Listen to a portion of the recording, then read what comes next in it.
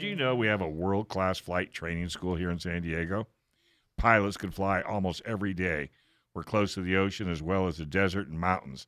SDFTI is instructors can help you learn to navigate around the international border. That's why San Diego is one of the best places to learn how to fly in the world.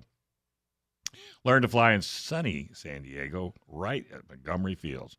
Getting started is super easy. Give them a call at 858-569-1822. Learn to fly at SDFTI. That's 858-569-1822. So as we talked about, last night was Inland Empire's first gun prom, and so it looks like we're going to start, at least for next year, we're actually going to end up having 3 gun proms in Southern California, one in Orange County, one in Inland Empire, and of course the original here in San Diego. But last night we had the pleasure of a keynote speaker who's one of my favorites. AWR Hawkins is a Second Amendment author. That's how I describe him. You may have seen his work all over the internet, but specifically from Breitbart. He's here in the studio with us. How you doing, man? I'm doing good. How are you? Fantastic. How do you describe? I tell people you're a Second Amendment author. Well, how do you describe yourself? That sounds fine. I write on guns. There you go. That's it.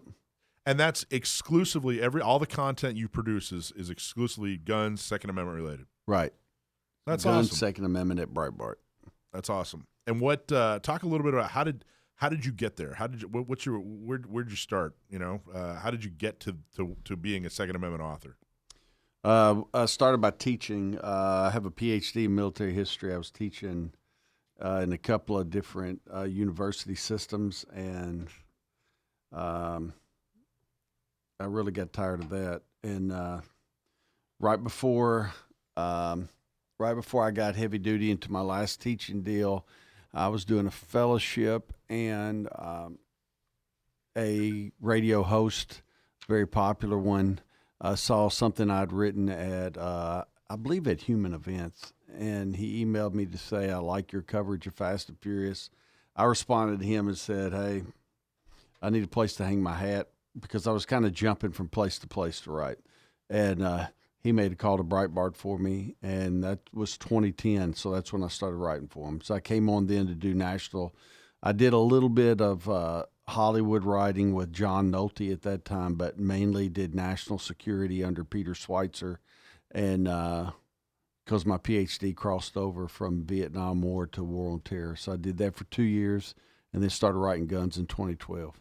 I don't think we didn't get, I don't even know how to phrase it. We did not make the hay we could have made with Fast and Furious. We didn't get near deep enough into that situation than we should have. I mean, it got a little bit of traction, but I mean, you know way more about it than I do. I mean, people should have, served time over what happened there. Right. Yeah, because you're looking at, what, 2,500 guns smuggled across the international border. So stupid. We're supposed to smuggle them over. We just gave those to them so we could track them. I mean, yeah, that's the deal. That's the story. Yeah. So it's just breaking laws left and right, and then blaming Guns from America for violence in Mexico. They've had the gall to do that the last 10 years. Yeah. Do you remember what was the attorney Eric Holder? Holder. Do you remember? It kills me because as a Second Amendment activist, people say, "Oh, well, you said they were going to try to take our guns under Obama, and they never tried to take our guns under Obama." I was like, "Yeah, because we fought back." But one of the first speeches he gave was about renewing the assault weapons ban and basing it on the guns that were going into Mexico. I mean, do you remember that speech? I mean, it was just a couple months into the administration. I don't remember it, but I wouldn't argue with you about it, because especially if you remember it. But it sounds just like him. They do that. They're those folks are like they're like arsonists who also work for the fire department. So yeah. they set the house on fire, then they go get in their own truck, come save the day. Well, and look at what they're saying right now. Now, if the Republicans get the House, there's no need to do any investigations. Let's just move forward. Oh, yeah. And I go, well, wait a minute. When it was the other way around, we had a certain individual that they investigated, 4 years in a row? Right. Every way, shape, and form? Right. I know. If we don't investigate, I'm going to be with you. What? I am. Whatever You are. If you're an independent, Like I'm going to just be with you. just with me, like we're Yeah, gonna we're hang out done. on the couch together. That's it. 'Cause I'm in. I done. like that. I'm done. With me, you're gonna. Yeah, I left the Republican Party. Yeah, so I'm with you, brother. Couple I'm years already ago, I with said I'm out. I'm not a Democrat. I'm not a Republican. I'm absolutely independent because I'm so. I don't know. What are your thoughts on disillusion? It's so frustrating. Now, we didn't quite get the red wave everybody was hoping for, but it looks like they're going to take over the House. How frustrated are you as a fellow Second Amendment activist? It just feels like not enough's going on. You know, when we get control, everything just kind of – it feels like the best we can hope for if Republicans get control is that things will get worse, slightly slower.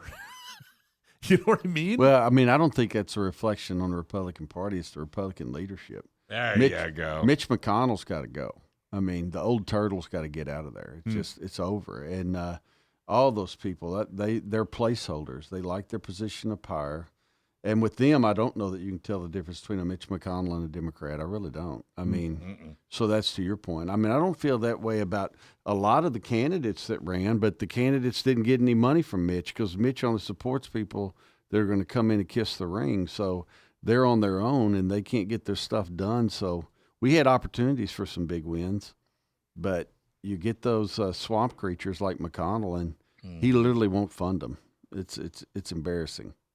How much do you hear from, as you know, the stuff that you write, how much do you hear from elected officials? Do they get a hold of you much? Or Depends.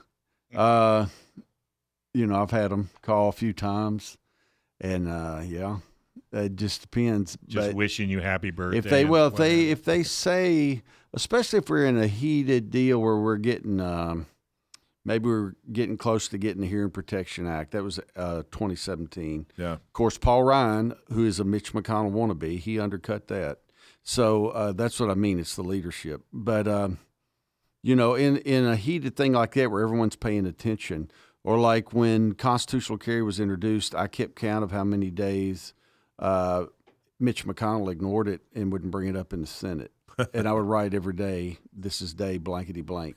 And on things like that, you're apt to get a phone call. And they won't call me. They might call our editor-in-chief or somebody. Yeah. And it comes down that way that, hey, so-and-so's office is upset. Or you'll have a congressman who will push something that's real out of the norm for he or her, and you'll write it up, and then you'll get a call that you took them out of context, but you got the recording in your hands. So right. I'm like, I don't think it was out of context, So you get that every now and then. Secretly, it kind of makes you smile when you get those phone calls? Well, it depends. Sometimes it makes you nervous because they come so strong.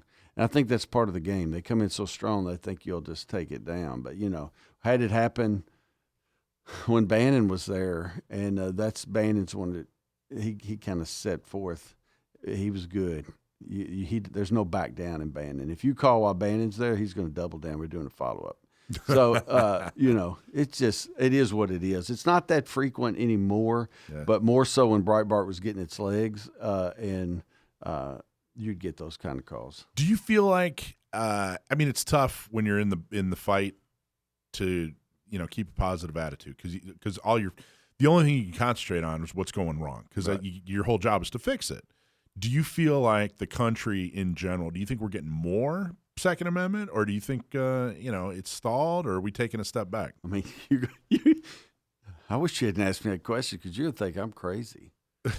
But, yeah, I'm not a bit pessimistic. I feel like we're in the best place we've been that I can remember. We got 25 constitutional carry states. We got 6-3 on the Supreme Court. They can't do squat about that. Right. They can't do anything. Now, when Biden first got in, they had momentum. They could have done anything. But they were too arrogant, I guess. They thought they had all time on their side. Well, and now you got not only the right getting weapons, you got the left going, and you got more. We had a situation, guy went down to buy a gun, and he says, "Where's my gun?" He said, "Well, you got to wait 10 days. Well, I got to wait 10 days. Right. You're the one that caused it. Right. He was a Democrat. He voted for all the Democrats that caused this win. Yeah. Yeah. So I think you're right. I think both sides now are trying because they're of the lawlessness that they're allowing this country to go through. That lawlessness did help. mean it. I don't mean like I'm glad it happened, but I No, mean no, it no. did. And we sold. It was amazing how many guns were sold. We covered. Well, I can't remember if we did 13 months in a row of 1 million plus, or 18 months in a row of 1 million plus guns sold. But then what? In last year alone, between 5.4 and 7 million brand new gun owners, and may have been even more than 7 million, may have been 8 something. But I mean, those are just first time gun buyers. That's not counting 20 million others. Have you counted the guns? Because you're not from California, I take it. No. Yeah, tell by the accent. Well, Arizona, Sacramento. is that it? Yeah. But look, California. I mean, we got a gun roster. We got 2.5 guns on the roster, and look how many guns we sold in California. Yeah, despite that, the lack of the 2.5 guns on the roster, or maybe in spite of, and it really is. It's something I hesitate to even say out loud, but you can whisper. We'll say it on the other side of the commercial. You can whisper. Self-defense event happens in seconds.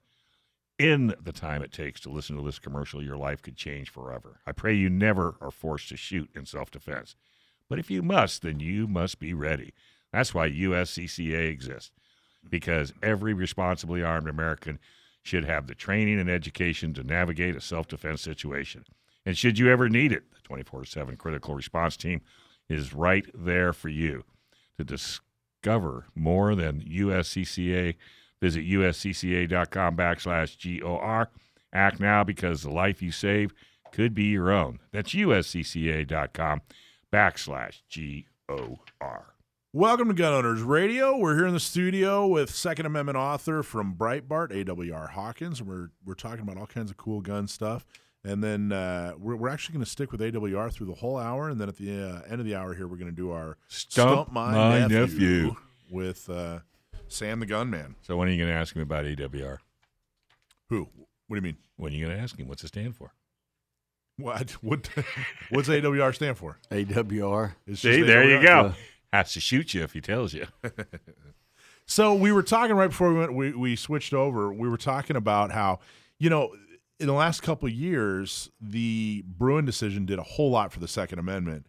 But the one thing that I've hesitated to say out loud is, the COVID shutdowns and the mostly peaceful protests that followed, the BLM mostly peaceful protests did an enormous amount for gun owners. Right. Brought in new gun owners, exposed people to, what we've been talking about as gun owners for years, and did a lot for the gun owner community. I watched it happen. Right. No, you're 100% right. Did a lot, especially for black gun ownership, for black Americans, because it was in a lot in their areas where the fires were and the violence. I mean, it spread to everywhere, don't get me wrong, but you saw an expansion in gun ownership among black Americans, among women, and among other minorities. So, yeah, you're right. That was all reaction and looking for a way to defend life. I mean, and like you said earlier, I don't support it. It was horrible. It was awful. I didn't like the lockdowns. I certainly didn't like the riots. It was horrible. But it was a harsh reality that, hey, look, I got to defend myself. If things go south, I don't have a plan. And even if I have a plan, I don't have the instrument needed to implement the plan. Right. No, you're right. So you saw man buns and yoga instructors going out and buying guns. Getting their firearm. But you're right. And then after that happens, then you have Bruin. And that's taking it a whole different direction. But that's going to get rid of so many restrictions. It's unbelievable. So it's one of the things I think that one of the things that we concentrate on, we meaning Gun Owners Radio and San Diego County Gun Owners, Orange County Gun Owners, Inland Empire Gun Owners, is we decided to not make media the adversary. We do a lot of outreach to media, and we accommodate them, and we don't ignore them, and we try not to villainize them. But man, it's really difficult when you read stories, watch reports, and it's so slanted. It's so there's obviously an agenda. You being a writer, what's that like? What's it like seeing that? And and what do you do to offset it?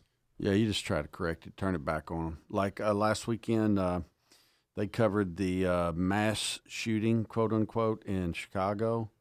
It was 2 or 3 people that jumped out of a car and opened fire. No, it was in Philadelphia. It was 2 or 3 people that jumped out of a car and opened fire on other people. It was all gang-related. It wasn't a mass shooting. Right. It was a gang-related shooting. But if you'll notice what's removed from CNN and other outlets, there's no longer double homicide, triple homicide, drive-by shooting. Everything's a mass shooting. Right. And so you just have to counter that. And you also, when we do have a shooting that qualifies as a mass shooting, you just turn it back on them because they never report that 9 times out of 10 it's happened in a gun-free zone. They don't report that the gun was acquired legally because they don't want to show the failure of gun control.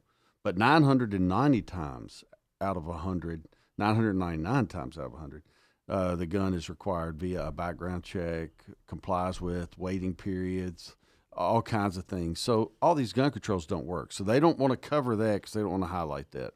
So that's what we get in and do, and just turn the narrative on them and just spoil it, and then they move on to the next story. It's interesting. There's definitely one of the statistics I try very hard to get out as often as I can, no matter what interview I'm doing. When I prepare for it and put my must-airs down. Yeah. Is the idea what is it, between like 2 and 3 million times a year somebody uses a firearm in the United States to defend themselves, Right. in some manner. They may not necessarily be pulling the trigger, but man, that statistic alone buries every myth, everything they try to throw against us. Right. Yeah, I can't remember the number, but you're right. It completely eclipses criminal uses of guns completely. I know the low figure was 776,000 from Gary Click. He said that's the low end. Right. So it's way above that. But yeah, the offensive gun uses far outweigh criminal gun uses. And if you look at how the left reports things, though, along with what you're talking about, they'll say 66,000 gun violence deaths last year. Just like recently, we've called them on the carpet enough that they finally have to admit, well, 2/3 of those are suicides. Right. So, they've been lying the whole time. They keep lying. That's what they do. But they try to cover their butt a little bit. I was actually in a debate years ago on local NBC, and they had a representative from Brady, and they put us both in the same green room, which was kind of weird. Right. But Did the other guy get out? Yeah, so weird for him. I was his best friend. I was all over him. I'm like, hey, I wanted to know. I want to know, like, what makes this guy, click. And we got to a point in the conversation where we talked about suicide, and I don't remember the exact phrasing from both of us, but he was saying that guns cause suicide. Mm-hmm. Which was such a bizarre statement. And I remember asking the question 3 or 4 different ways. And yeah, sure enough, he believes that the people who use a firearm to commit suicide would not have committed suicide had it not been for the firearm. Right. That it actually caused their suicide. Not that, well, if I don't have a firearm, I'm going to go commit suicide some other way. That, oh no, they were perfectly normal people. Perfectly mentally fine. They weren't depressed. They weren't considering suicide, but for that gun. Right. So there was no suicide before guns were invented.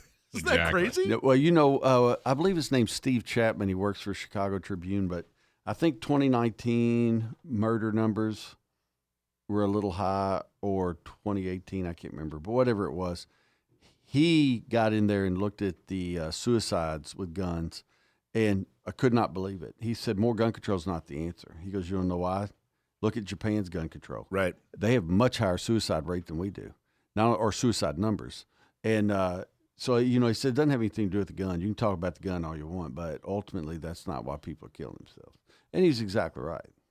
So what do we, as gun owners, how much should we concentrate on? I mean, you know what I mean? As obviously we should have compassion for our fellow human being, and we should always try to better society, but I'm not talking really, from that standpoint. Strategically, how much should gun owners address suicide? How much should we talk about it and try to solve it, or you know what I mean? Like what percentage of our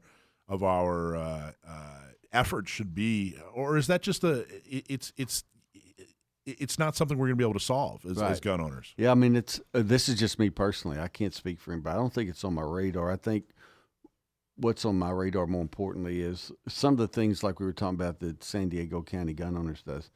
Teaching people how to use a gun. Yeah. Teach gun safety. Teach, because you got all these brand new gun purchasers, and some of them want to carry that gun.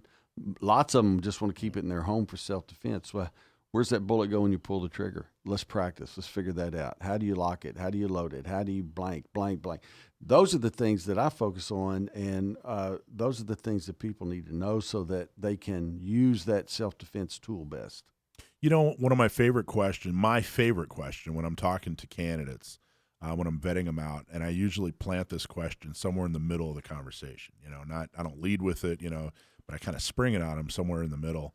Is I ask them, is the world a better place if we have more CCW holders? And I'll tell you, man, you can tell almost immediately by their reaction how sincere they are about Second Amendment issues. Right. Any hesitation, you know what I mean? Right. And it's like, okay, this guy's telling me what he thinks I want to hear. Right. He doesn't actually mean it.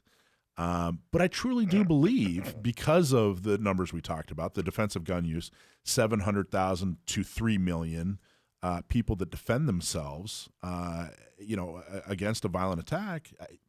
I think we're a better society if we're able to defend ourselves. Oh, right. Yeah, I agree with you 100%. I mean, I actually believe that single moms, I've often said, like, one of the solutions for this unbelievable crime in Chicago is to not just sell more handguns, but be sure that single moms can get some kind of discount.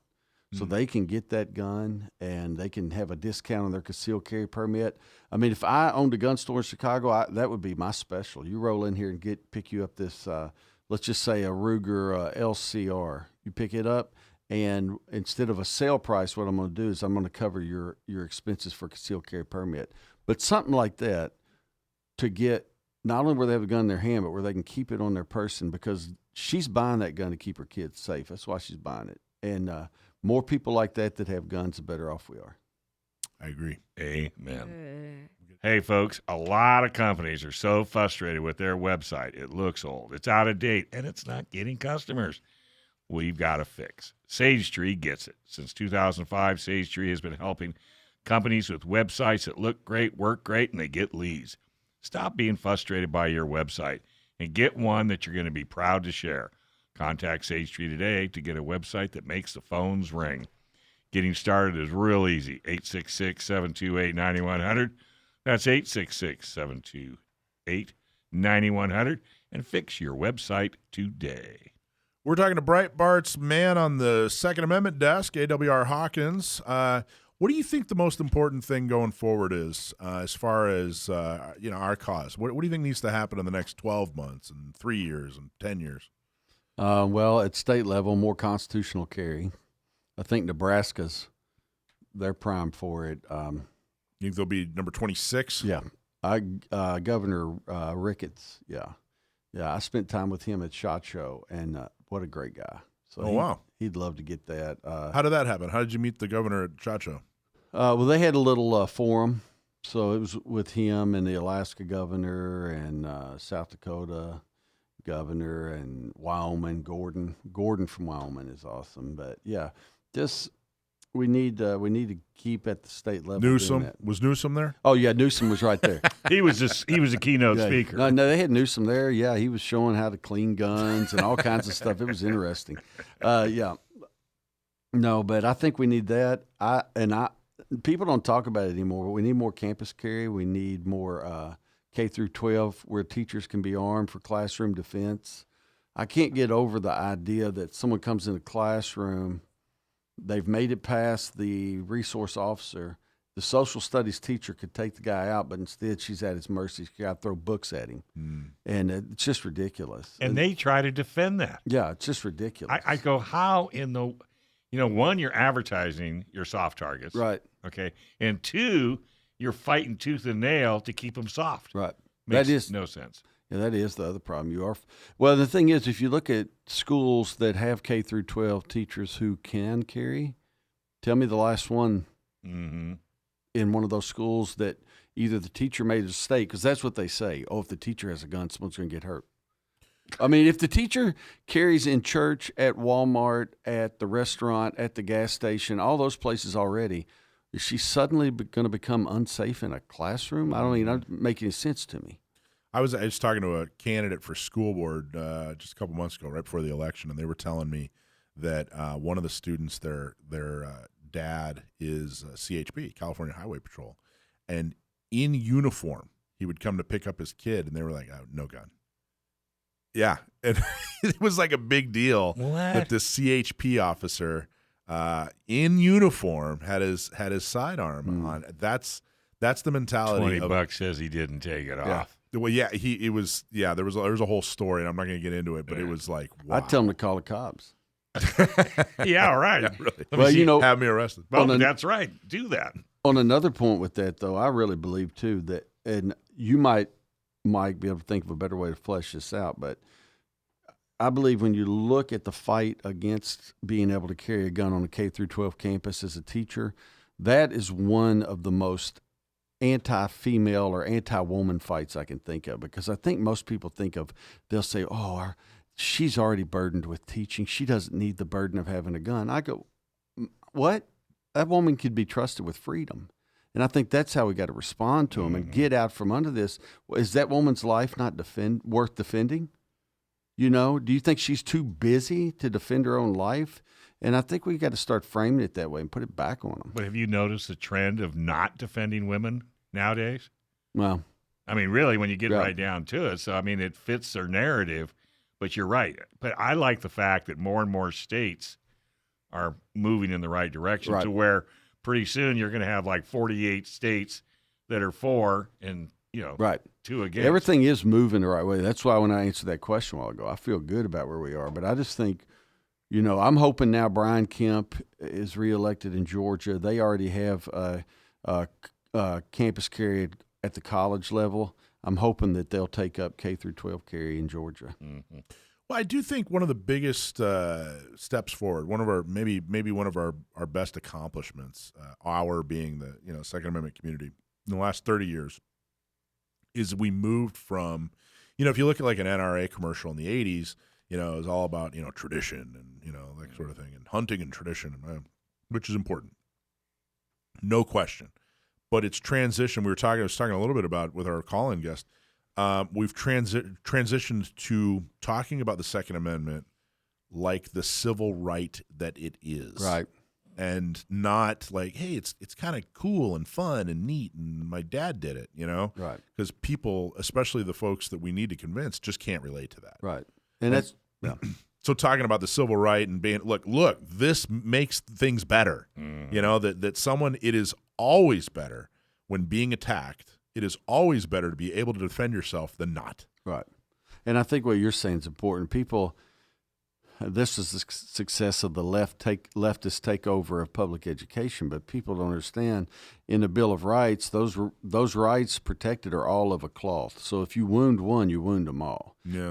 Whether we're talking about First Amendment, Third Amendment, Fourth Amendment, but, everybody wants to be able to say that they are secure in their person's houses, papers, and effects, Fourth Amendment. They want to be able to say, like the Third Amendment says, that the government can't just come in and tell you what to do with your own property unless we're in a time of war or special laws passed. That's what the amendment says.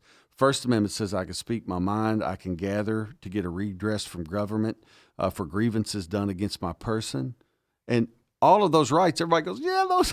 Second Amendment then says, guess what? You got right to self-defense, and the right to keep and bear arms can't be infringed.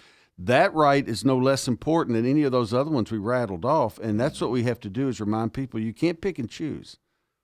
They're all together because they are all the rights of we the people. And if you wound one, which is what Clarence Thomas has done so good with on the Supreme Court, he said up till recently they've been treating the Second Amendment like a second-class right. Yep. No more. And that's where Clarence Thomas, God bless that man, he's going to rock their world. And it's relatable. It's, people can go, oh yeah, I see what he's talking about here. I've never hunted before. My dad's never hunted before. I don't care about that. I do care about my safety. Right. I get that, and I think that's an enormous accomplishment. what would you say the gun community? What was our biggest mistake in the last 30 years, or what's a mistake we keep making now? Even what could we be doing better? Well, Mitch McConnell dropped the ball on national reciprocity. Yeah. And Paul Ryan dropped the ball on the Hearing Protection Act. Hearing Protection Act was a gimme. I mean, which would have made suppressors. Which takes suppressors out from under the NFA, National Firearm Act. I mean, why is a suppressor under NFA anyway? It doesn't shoot a bullet. It doesn't have a trigger. It doesn't have an action. You can't load a shell in it and shoot it. It's not a firearm. Yeah. And but what it does do is it saves you from going deaf. So I don't think that's a bad deal. So why do I have to go through a special process and pay the federal government? I don't think people understand that. If you don't have a suppressor, if you want one, you have to go through what is now, I believe I'm on the 12th month of one background check I'm on for a suppressor right now. It's 12 to 14 months. And you have to pay the federal government $200 for every one you buy. So the federal government's making money. They got this whole deal. They've got a monopoly. I love how the left is always anti-monopoly until they have a monopoly. But they got a monopoly running here like crazy. And it's just ridiculous. But Paul Ryan blew that. But that doesn't surprise me. He's a joke. Do they also, do they regulate mufflers too on cars? Really. And that's all it is. That's the way you put it. People get me started. People say, oh, no, you have to do it because it's a silencer. No, it's not. It's a suppressor. It muffles the high pitch so it doesn't hurt your ears. That's all it does. It really is. There's, people, critics will I'll hear them talk about pro-gun folks and say, well, they're so extreme. It's simply not true. We're pushing back against extremism. Mm-hmm. We're not the ones that are trying to completely get rid of everything. We're the ones that are going, hey, wait. There's some differences here. There's some important differences here. We've given up so much. Right. We've compromised so much since, 1934, right? Right. Maybe like, and the idea that we're the extremists, we're the ones fighting against extremism. People ask me, especially at the beginning of San Diego County Gun Owners, tell me about your agenda. Well, no. Our agenda is to stand in the way of other people's agenda. Right. That's what we're doing here. Right. Well, you're exactly right. Well, and sometimes I think if you word it apply it to other rights, they see it. Like, what if the state passed a law that you can only go to church twice a month? And they go, what? The state's not going to tell me what I can do at church twice a month. Well, they tell you can only buy this many guns a month. You know what I'm saying? Or what if I had to buy a permit? What if I have to buy a permit to go to Wednesday night service at church? Well, the state's not going to do that to me. Well, I have to buy a permit to get a gun in so many states around this country. Mm-hmm. And I think when we start doing it, they start going, wait, this is a bunch of BS, isn't it? Yeah, it's a bunch of BS. We're going to tear it down. Yeah, but it takes more and more people like you to put that message out. That's what it's going to take. Well, that's what we're all doing, man. I know. That's what we're all doing. Well, he's the instigator out here. Is there a more effective tool that empowers a 100-pound woman to defend against a 200-pound attacker? That's why it's so important for women to learn how to defend themselves with the most effective self-defense tool ever invented. For women, led by women, the Not Me program is designed to help with training, purchasing a gun, and getting a concealed carry permit. And guess what? It's free. To sign up, go to notmesd.org.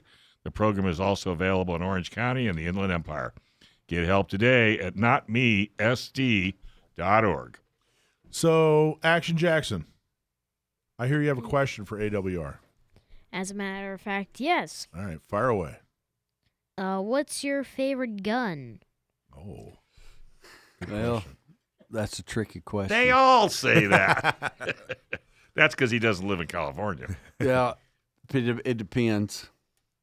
I like a Staccato. I carry a Staccato C2, and I carry a SIG Macro, X Macro, which is the new 365. But I like any SIG. You give me a SIG, I'm happy. I love Staccato, like I said. So it depends. And then if we're talking rifles, I love a Henry because I love I'm a lever action man in a semi-automatic world. Mm-hmm. I love a Bighorn Armory rifle. That's also lever action. So, Jackson, you got a SIG too, right? Yeah. You like it? Mm-hmm. How many rounds is yours? Oh, well, in this state. Never mind. Yeah. Go ahead, make never us mind. feel bad. Go No, ahead. I didn't aim to ask that. We get to carry one bullet, Yeah, just one. just one, And you got to name it. and you got to share it. Well, and you got to keep it in your pocket, right? And you pull it out and Yeah, load it real exactly. quick. Yeah. Yeah, hold on. Don't hold out over there. I'll be right with you. Yeah, that SIG you have is a very impressive gun, though. It's an awesome gun. I like that. You like shooting it, little guy? Yes. You good with it? Mm-hmm. Nice. Hit the target. That's the main thing, huh? Yep. You've been doing some running around shooting lately, haven't you? Yeah. Do you like that, or do you like standing still? Yeah, and I'd like it even more if it wasn't 120 degrees out there. Well, it's nice and cold today. yeah. So I think your next competition. Let's go. Well, you ought to go to Alaska and then do a little competition. Then your teeth will chatter and you won't be able to hit the target. Well, that solved the heat issue. Now I'll just have to deal with the cold There. issue. Well, you've got all your 511 tactical clothing, so you should be toasty. It should be. Yep. We'll have to work on that. So you and I were talking about your lever action. You just got a lever action Smith & Wesson 500, right? Yeah, from Bighorn Armory, the Model 89, it's in 500 Smith & Wesson Magnum. Oh, And, boy, don't tell my cousin. it's beautiful. Yeah, he just what you just got your He cousin? just bought a Smith & Wesson 500 Magnum with the 8 3/8-inch barrel. Oh, yeah. Yeah. I had a buddy text me about that right before we went on, Yeah. and he said, man, let's make a video with this, the handgun. Yeah, like you're talking about." yeah. He says, just incredible. Well, get this. So my cousin buys it, and I says, "Okay, well, let's go to the range." He says, "No, I'm just going to get it engraved and put it on my desk." No, you're not. You're going to the range. And he went to the range. His eyes are about as big around the wheels on your car. Yeah, you've got to shoot it. Yeah, what the heck? Why buy it if you can't shoot it? How did you now? You do a lot of product reviews. Uh-huh. How'd you get into that? I don't know. Next thing you know, they're sending them to Next you. thing I know, we're just reviewing them, and it's good because the Breitbart readers, they're rabid. You know, they want to buy it, they want to shoot it, they want a bunch of concealed carriers, a bunch of hunters, and so it's good to be able to get those guns in front of them, let them see the different Now options. that's what I want to do here. I've been beating these guys up. Usually, Alicia, we almost got her doing it, but I want at least once a month shoot a different gun Right. because our roster's not real long, so we can have to do it that way. Yeah, I was thinking when I asked him about his pistol, but yeah, we're in two different worlds right Totally. now. It's When, amazing. when I first moved to Arizona, I'll never forget, I pulled up and you know the sheath that you keep your lever action on when you ride a horse, the Yeah. leather. Yeah. Well, I pull up and the guy next to me on his Harley, and he's just and I look over, and he's got his AR in the sheath right behind him, and I'm just like, this state is gonna work. I'm home. Just I'm fine staying for me. right here. Yeah. Well, what I would imagine Breitbart, having a distribution on Breitbart, you probably have a lot of folks who are philosophically with you, but maybe aren't haven't bought a lot of guns, don't do a lot of training yet. So you probably, I would imagine, your stories you get exposure to people that need to get deeper in. Right. Well, I think that's true. I mean, it's like anywhere else too. You're going to get a couple of, I get a couple of special people that email me quite a bit and tell me how wrong and blood is on my hands and this and that. You get that. But by and large, I'd say 99% of the Breitbart readers are so pro-gun and pro-freedom. They're right there. We're all tracking together. Yeah, no, what I was saying is you probably have a lot of gun owners that read and follow you, but I would imagine there's a lot of people that are philosophically with you. Like, hey, yeah, we're all for the Second Amendment, just haven't bought a gun yet, haven't gotten into it yet. So I would imagine that your product reviews are probably really effective. Yeah, in that way. No, I did misunderstand you. Yes, that's true.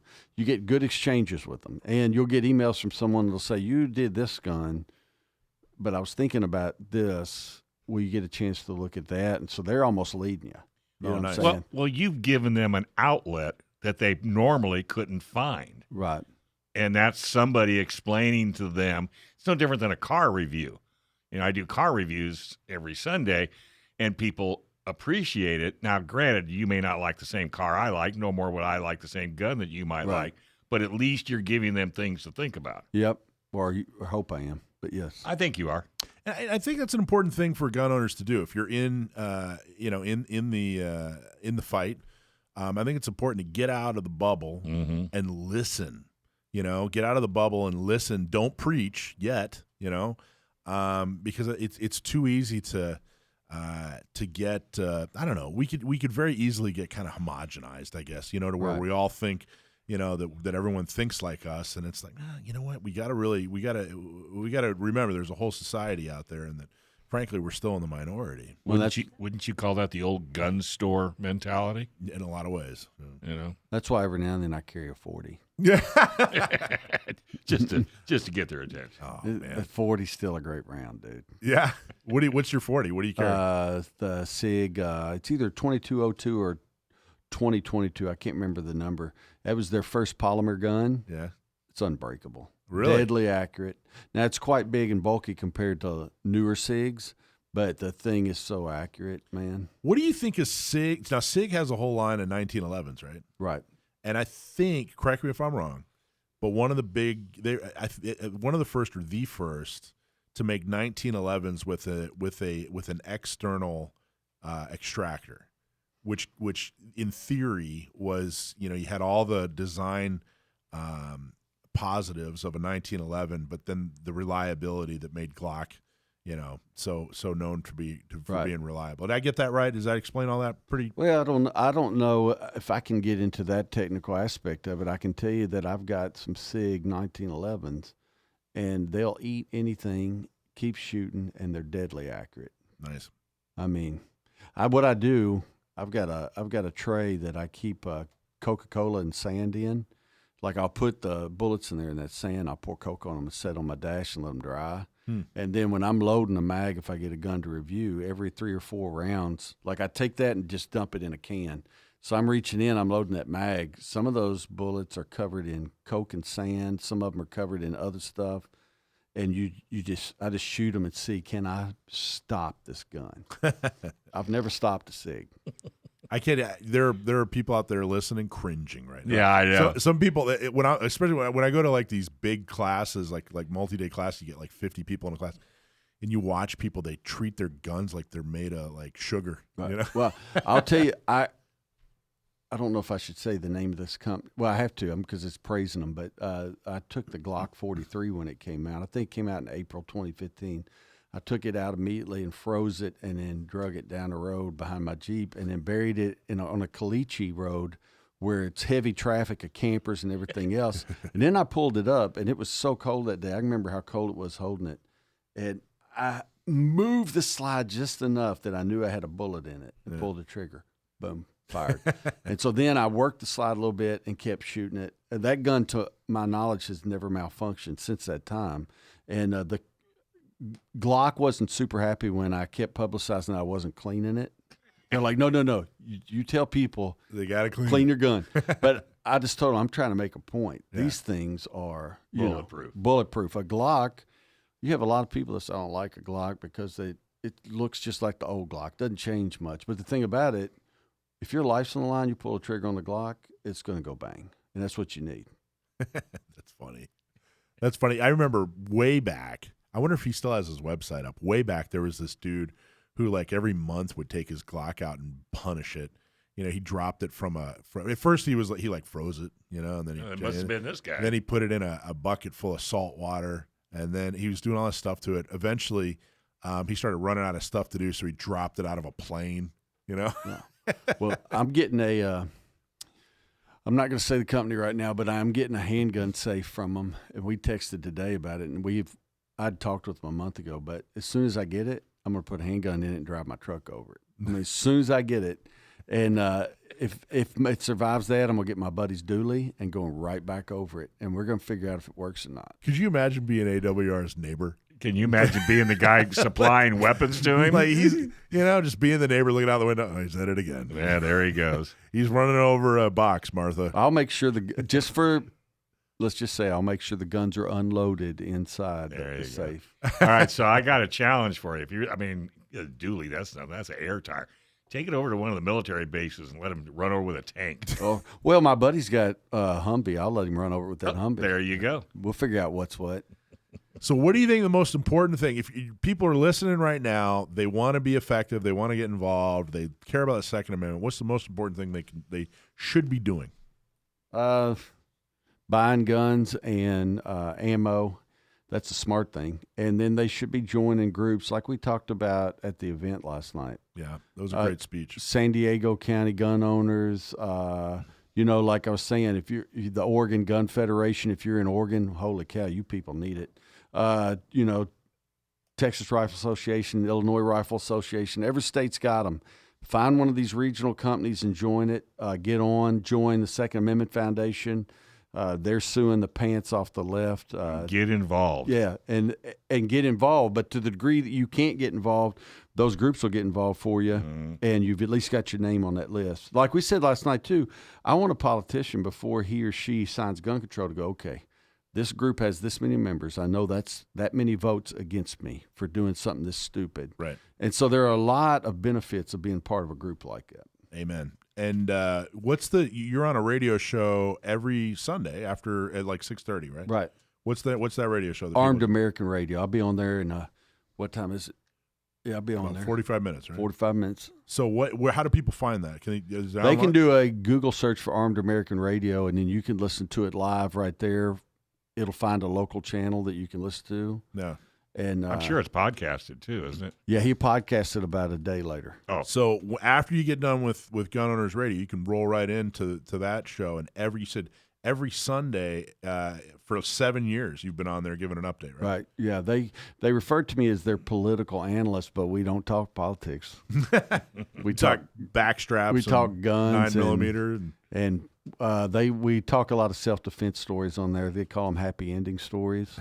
And I've got two of those that ran today. I got a guy that heard a kid screaming in Georgia, and he went around the back of the Walmart, and some guy was trying to kidnap the kid. So guy whipped a gun out on him and held him at gunpoint till the police came. So that's good. Wow. He didn't shoot him, but he used the gun defensively. Wow. And then some idiot broke into a home. I believe it was Friday. Used a rock to break in. Anyway, he's dead. But it's just, you can't be that dumb. Find another line of work. Don't break into homes with rocks, Yeah. Just doesn't work. But we like to talk about that because the law-abiding citizen is alive and he's still with his family. That's right. That's awesome. And how do people, if they want to read you regularly, what do you recommend they do? Just go to Breitbart.com, BREITBART.com, or you can follow me on Instagram, AWR_Hawkins. I don't want to give too much because I know it's boring when you keep hearing stuff, but you could also just follow at AWR Hawkins on Twitter. Every Breitbart story posts there when it goes up. Right. And you have a very unique name, so it's easy to find you. Right. So just go on the Google machine and AWR Hawkins. Right. Bingo. Yeah. All right. You going to hang around and listen to Stump My Nephew? Listen to what? Wait till you hear this, kid. You're going to be blown away. Yeah, we're going to have you ask the question of my nephew. Oh, yeah, you're not going to believe this kid. Gun owner. Thanks for watching this clip from Gun Owners Radio. You can watch us live every Sunday from 4 to 6 p.m. California time, right here on our YouTube channel, or if you're in the San Diego area, you can listen to us on 1170 a.m. We're also available on your favorite podcast platform for free. Don't forget to like and subscribe so that you can help restore and protect the Second Amendment, not just in California, but across the country.